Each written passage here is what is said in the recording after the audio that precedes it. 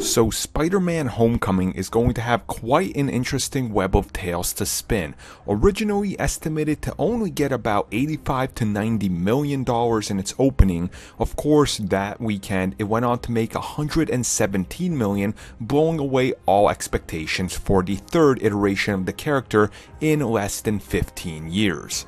But obviously the first weekend isn't anything to go by because it's the matter of the second, third, fourth, fifth, and possibly a sixth weekend before the movie leaves theaters depending on its success. And going into the second weekend, Spider-Man Homecoming, unlike some of the other superhero movies this year, it actually had some competition right after it from the Planet of the Apes, which of course have universal acclaim for a great series, which was of course the brand new Planet of the Apes film, which of course ended up being first at box office, seeing $56.5 million,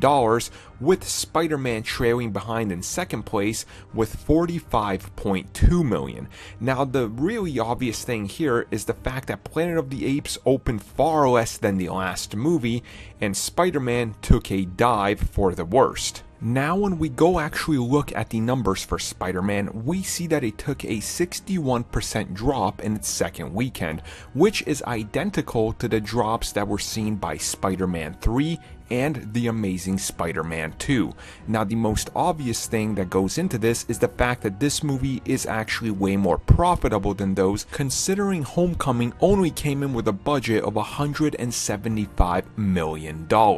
which is nothing to really sneeze at in the big scheme of Hollywood things, but when you look at it compared to other MCU movies, it's relatively on the cheap side even when we compare it to some of the newer films. But also you do have to factor that this character has had multiple reboots, so that's probably going to, put a little dent in it. And not only that, when you really look at this movie, for a first solo outing for an MCU character, it's by far one of the best. So it is going to be interesting to look at this movie over the next couple of weeks and see how it compares to the MCU, but not just that, also how it compares to the previous Spider-Man iterations, because that's what everybody is going to be looking at. And also you have to take into account the inflation of ticket sales these days, IMAX, 3D, and all of that. So it's going to be interesting to see exactly where Spider-Man lands in the long run. But obviously I think what they were most excited for is the critical acclaim. Hell, The Amazing Spider-Man 2 made a ton of money,